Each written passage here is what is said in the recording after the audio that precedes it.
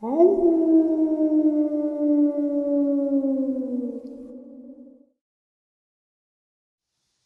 greetings and salutations, everyone. I hope everyone is still doing well, and welcome to this night-ending bonus upload, the upload that gets us right up to tonight's live stream, Saturday Nightmares, live from upstate New York, 12 a.m. Eastern Standard Time. I do hope to see you all there.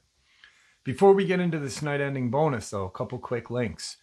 As many of you know, I rely on Patreon, PayPal, channel membership, and the merch to help the channel to continue to grow and go. Links to Patreon, PayPal, and channel membership is in the description below. Merch displayed directly under the video. Also, Dogman, Frightening Encounters, Volume 1 through 3, the audiobook versions. They were written and researched by Tom Lyons, narrated and produced by me, Jeff Nadolny. Those audiobooks are available on Audible, Amazon, and iTunes, links to which are also in the description as well. And finally, last but definitely not least, if you'd really like to help support this channel to continue to grow and go, simply subscribe. It does not cost a cent. Click the like button, takes half a second. If you don't want to miss out on any of the informative uploads that I put out daily, click the bell icon, and folks, please leave a comment. Why? Well, because all of these things really do help the channel to continue to grow and go. They definitely do matter, and they are appreciated. Now, everyone, I have taken far too much of your time. Let's jump into this night-ending bonus upload, shall we? And today's first terrifying experience. I grew up in rural Missouri. My family moved there in 1985 when I was 4 years old, about 15 to 20 minutes from the closest town. The closest town being Wright City, Missouri, about 15 minutes north.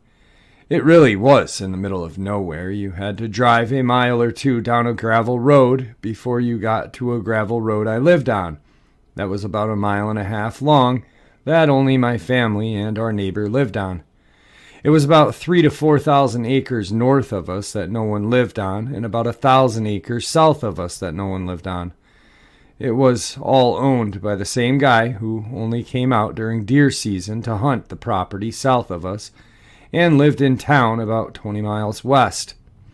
The land north of us was mostly incredibly hilly forest, with a few caves about 1 mile north of the house. The land south of us was about 50-50 woods to fields, with an old 100-plus-year-old abandoned cabin deep into the woods, and a wagon road to it that had grown up. The property owner had told us that no one had lived there since the 1800s.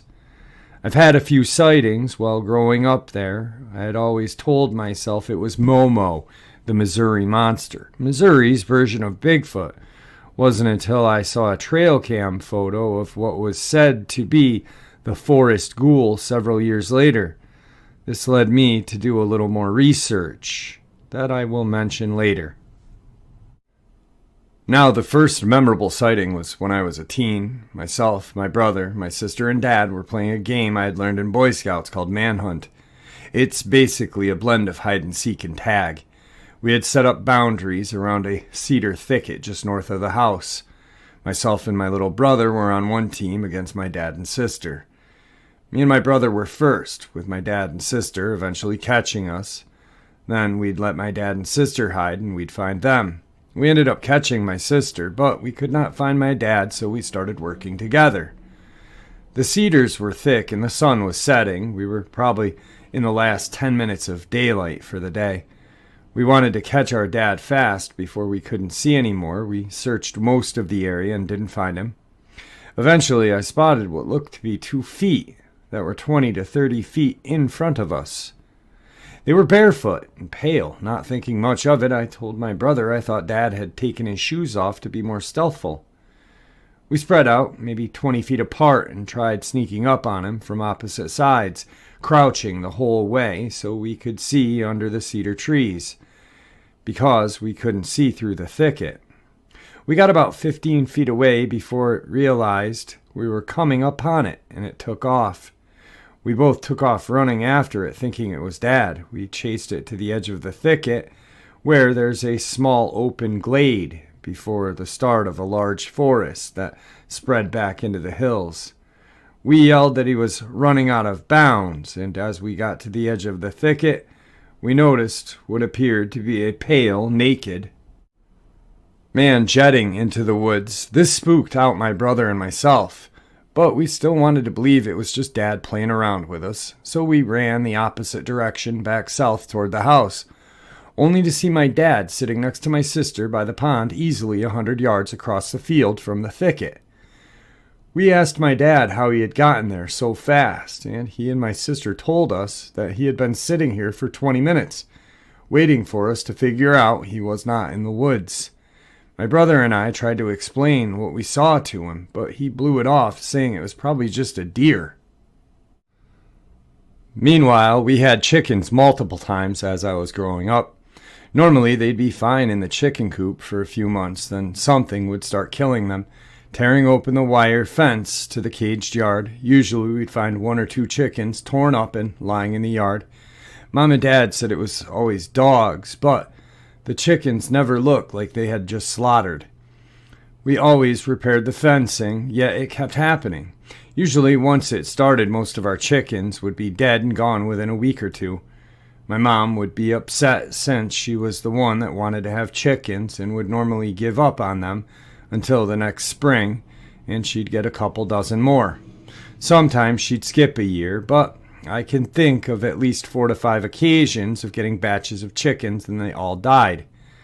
Eventually, she gave up and took a few years off from trying to raise chickens. My senior year of high school, she decided to have chickens again. It was good at first, then a couple of months later, they started getting killed again. This time, though, it was peeling off the wire roof to the caged yard. The cage was about 5 to 6 feet tall. My dad said it was dogs, but the opening would normally be a few feet off the ground. I remember questioning my dad at that point, saying, if it was dogs, wouldn't they try to dig under the fence, not go on top? The slaughtering seemed to be worse than before, with the dead chickens being tossed all over the yard, yet just tore up, not eaten. My sister had gotten a pygmy goat the year before and raised it for FFA. One day we found it dead and mutilated as well. It was in the stable yard on the side of our barn with a 6 to 7 foot fence around it. Yet something had still gotten to it. My parents still claimed it was dogs. Then one night my sister's boyfriend was having a bonfire party and I went over there with my sister because my parents wouldn't let her go to the party without me going with her to watch over her. My sister got really drunk, but I didn't drink much because I was too busy watching over her. I think I had maybe half a beer all night. We left late at night, maybe 1 or 2 in the morning. When I got home, I'd park my truck in the yard next to the driveway, usually facing the chicken coop. I pulled in and my sister started screaming and pointing forward. I looked up and saw what at the time I could best describe as something that looked like Gollum from the Lord of the Rings on the roof of the chicken coop. It was staring right at us, crouched down, just like Gollum normally was in the movies. It was pale white, and it had a very thin hair on top of its head, probably less than Gollum had in the movies. And it had 2 red eyes that glowed in the headlights. It appeared to be hissing at us. I locked the doors and quieted my sister down, then started honking the horn and flashing my brights and regulars at it. Me and my sister were both freaked out. It jumped off the back of the chicken coop toward the direction of the woods north of the house, and we lost sight of it. My parents had turned on the lights outside at that point and were looking out the door. I grabbed my sister and ran as fast as I could inside with her. When we tried to tell my parents what we had seen, they refused to believe us, told us that we were drunk and full of crap. I tried to tell them that I wasn't drunk, but they wouldn't believe me. Sadly, my sister was so drunk, she didn't even remember coming home the next day. A few nights later, we were all gathered up in the living room to watch a movie we had rented from the video store. As we're watching the previews, we heard the chickens screeching. My dad is still convinced it was dogs and had a loaded .30-30 rifle by the back door ready for them to show up again. He ran, grabbed his rifle and a spotlight also near the door, and ran outside. A few moments after he was outside, we heard a gunshot followed by continuous firing until he emptied the whole magazine. This was not unlike him. Growing up, he taught me and my brother that a good hunter only takes one shot at something. If you need two or more, you're not good enough shot. He even made us get our first kill with a single-load muzzleloader black powder rifle before we could use a regular rifle with magazine. Never in my life had I heard my dad unload a full mag at something. He charged back in and immediately told us kids to go and lock all the doors and windows to the house. He was white as a ghost. Meanwhile, he said he needed to talk to my mom. He took my mom into the back room and closed the door where they were at for 20 minutes or so.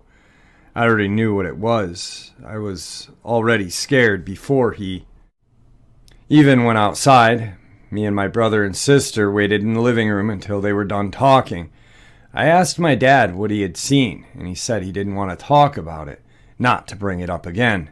The next day, he and my mom decided to slaughter all of the chickens, and that was it. We weren't getting any more. To this day, my dad still will not talk about what he saw, and nowadays acts like it never happened and plays stupid. I went off to college a couple months later and never saw it again after that. I'd sometimes tell people they're my mom's story, but never really thought much more about it. That's pretty much as far as it goes for sightings. This next part is a little more weird stuff I learned about the area. A decade or so later, I was dating a girl who claimed she was sensitive and stuff, claimed she could see and feel things like ghosts, magic, etc. I just always thought it was cute and played along, little personality quirk, and really didn't buy into it. Anyway, I hadn't told her the story yet, and we were out at my parents' house sitting around a fire in my parents' backyard. She started acting really weird. She turned and started staring toward the north woods and asked me if I knew anything about those woods. She said she was getting a feeling that something really ancient and evil were in those woods back there. Asked me what I knew, then started asking me what had happened on the land. Told me that something horrible had happened after hearing my story.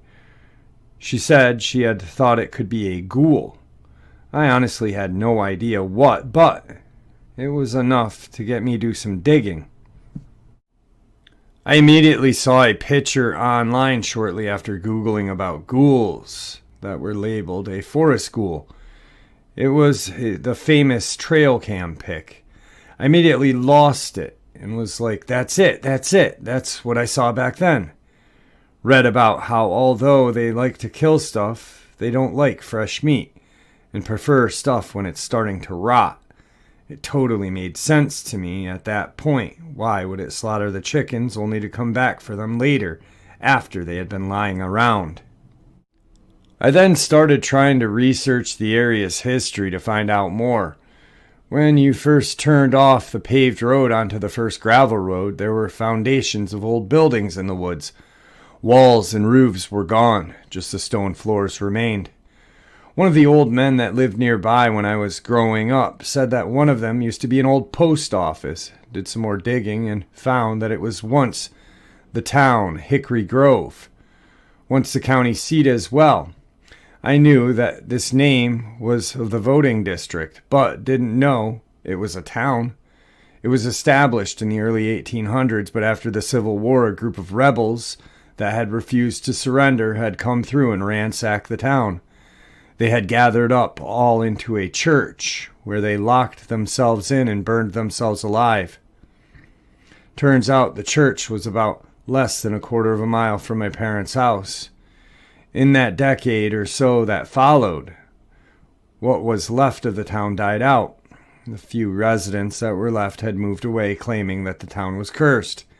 Before 1900s, the town had vanished.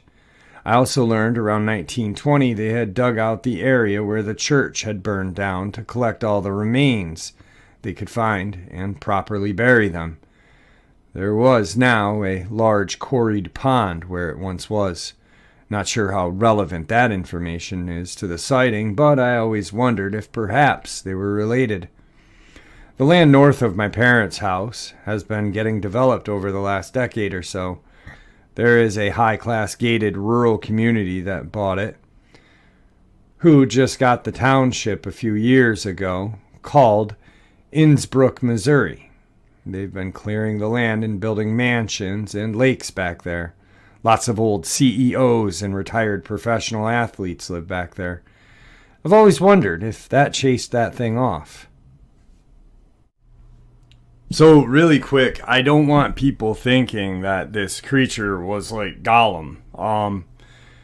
It looked like Gollum to this guy. But what he saw, the infamous trail cam video he's talking about, is what people call the rake, what I call crawler, just that white kind of alien looking creature. I had a theory a while ago that these things were like inorganic beings that kind of lived kind of in between our realm and another.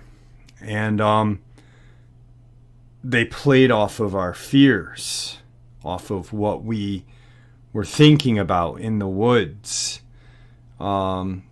The theory still kind of holds in my brain, but I'm not sure. I kind of feel that maybe these things are a physical presence. The only reason why I felt that way prior was because there was hardly any human interactions, human attacks. But then I got thinking about it, and if these were just inorganic beings and they fed off of our fears, then why were they killing other animals and mutilating and eating them? So yeah, just something to think about. So let's move on. And today's second experience. I live in a small town in northeastern Pennsylvania that's surrounded by farms and endless forest. As a kid, I spent most of my time fishing for trout or building stick forts. Now I have bonfires and hunt deer. So as you can imagine, I'm outside most of the time. At this point, I know almost every paw print or call of the local animals, and I can identify it almost immediately. At the age of 13, I went over to one of my friend's homes for his birthday party mid-June alongside of two other friends. We used to hang out a lot, but after this incident, things happened, and we fell apart and went our own ways. Anyway, we were crazy in imagining exploring abandoned places, finding paranormal spirits, as all the YouTubers did at the time. About 3 miles into the forest, there was this abandoned quarry. All of us were excited to explore it, so we got the birthday boy, his name's Aiden, to lie to his dad and say we were going for a walk through the woods. Aiden's dad said yeah, but not to wander off too far and to pay attention to the trees due to the number of mountain lion sightings in the area recently. Many say they don't live here in Pennsylvania, said to be a boogeyman of sorts, but I've seen one with my own eyes, and I can tell you, they are here along with wolves. We geared up, grabbed our phones and knives. Well, at the time, I didn't have a knife, but I borrowed one of them from one of the bigger guys. His name was Clayton, and he's a little out of shape, putting it nicely. He usually brought up the 10 knives to our parties like some sort of serial killer. Sometimes he made me worry. He also gave one to our fourth guy, named Marcus. More ghetto than country, but it's okay. We got along at the time. As we packed our bags, we got ready. We poked fun at each other, me insulting Aiden's choice of footwear, wearing a pair of black and white Vans, while the rest of us wore boots. Clayton poking fun at me for being the smallest guy in the group, and Marcus backing up Clayton's insults as we headed out the door, excited for what we were going to find in this amazing abandoned quarry. Imagining old mine shafts deep in the ground where coal was mined or copper, the air seemed to change. Change as in heavier. Like when a kid in class threatens to kill everyone in the room. Yeah, that kind of heavy. Almost a primitive fear. As I looked around curious about what installed this primitive fear into my system, the others talked about what we were going to find. I think we're going to find some coal. Maybe we can sell it to the local farmer, commented Clayton, in an almost wishful sort of way. It's a quarry, dummy. It's not a mine shaft, yelled Aiden. Furious with Clayton's idiotic comment, Aiden had the tendency to get angry over the stupidest mistakes. Even a misspoken word was enough to set him off. Same thing, mineshaft quarry, your mom's ass. All things worth exploring, Clayton said in a mocking tone.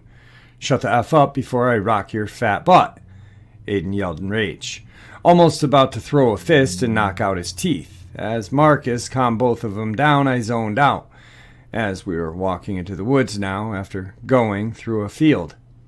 The feeling of dread was getting stronger, and I almost wanted to run. I knew we were being watched. I always knew. When someone stares at me in class, I usually look directly at them when I notice that feeling. I started to scan the surroundings. Maple trees, rocks, cliffs, bones, birds, beehives. Wait, bones?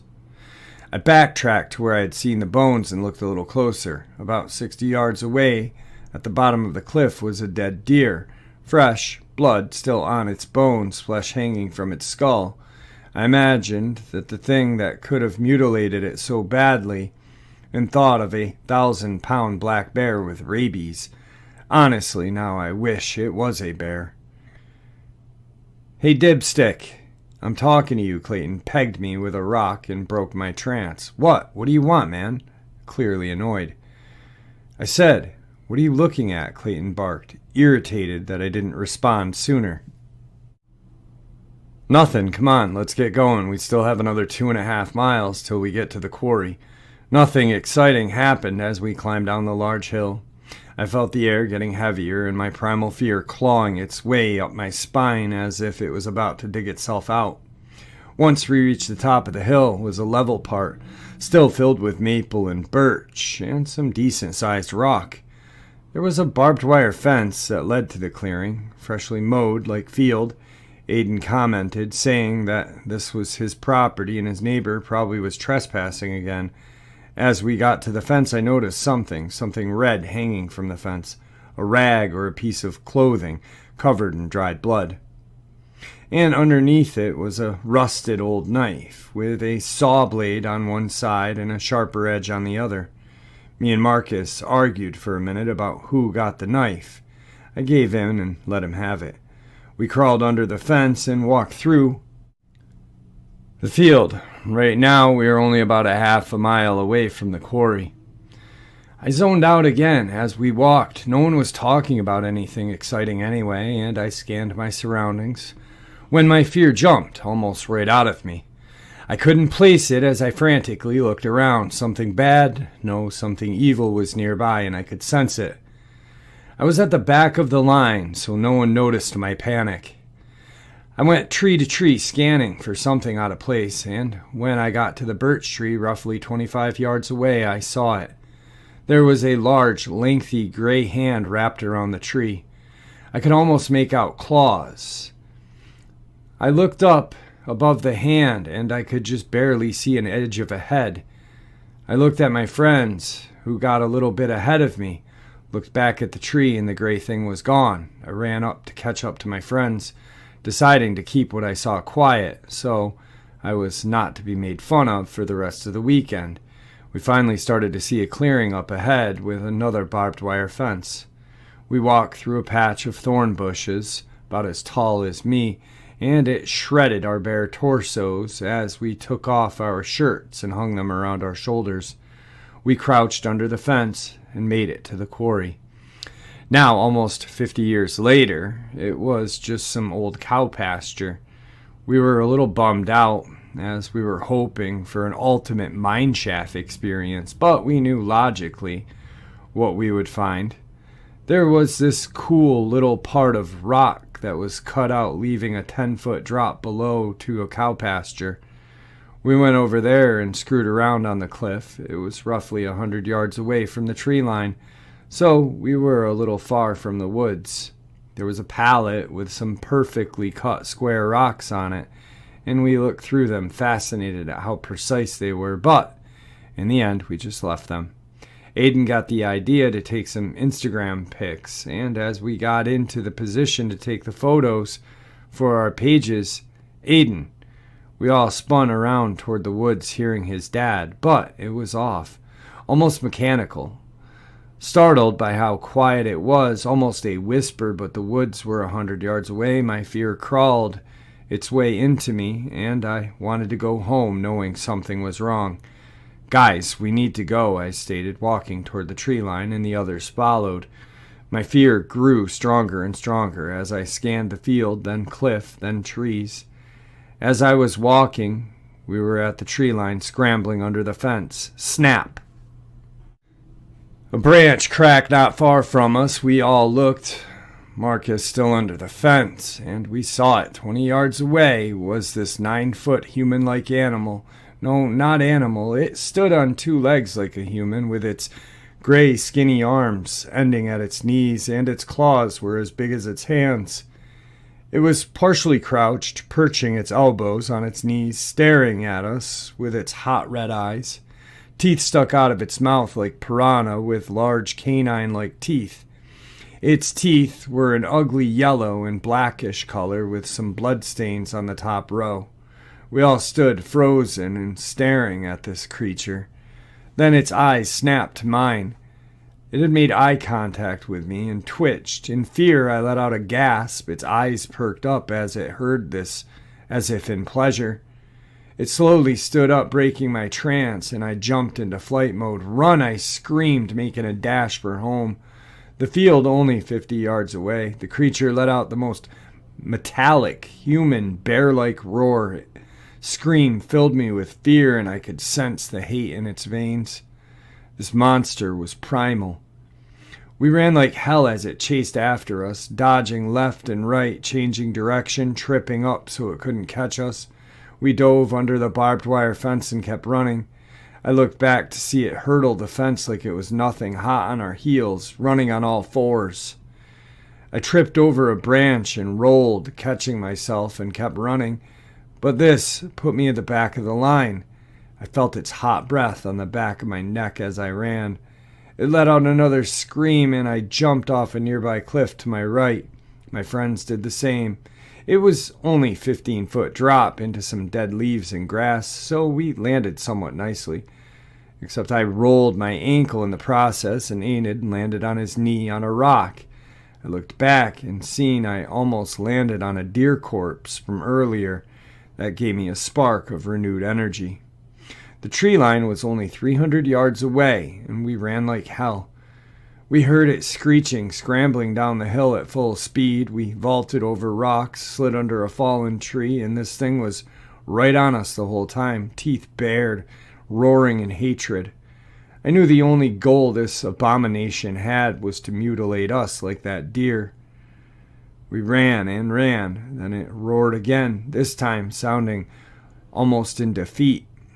We cleared the tree line and ran to the road. We turned back to see where it was, and it stood just in the tree line, almost out of view, but still visible enough to see. Evan croaked in my voice so unnatural and satanic, almost like the demons in movies, but more metallic. I didn't mention this before, but my name is Evan. My friends always call each other mean things, so we rarely use our real names. Instead of primal fear this time, I felt primal rage. I puffed out my chest and slammed my hands on my pecs. "You want a piece of me, you ugly son of a... Come and get me!" I screamed, a little unsettled by my primal outburst. This thing simply smiled, turned around, and walked away. We all looked at each other and went back to the house. Aiden's dad didn't hear the scream, so we had nothing to explain. We went and hid in his room in silence. None of us really talked about it much, except for me. If I was to ask them now about it, they would probably just say it was a bear and we overreacted. But I'm telling you now, there is more to come to prove suspicions, at least to me. And there you have it, folks. I do hope you all enjoyed this night-ending bonus upload as much as I enjoyed sharing it with you. And I'd like to thank you all for supporting the channel. It is, after all, your support that helps the channel to continue to grow and go, and what gives us all a place and a chance to share our experiences and theories judgment-free. Everyone is simply treated with the respect that we deserve. Please, everyone, stay safe, happy, healthy, and ever vigilant, keeping an eye on our children, pets, family, and our friends. These creatures are real, they are out there and dangerous. Share this information with those you love and care about, and it may just help save their lives someday. Until next time, never stop asking questions, never stop searching for the truth, and God bless you all.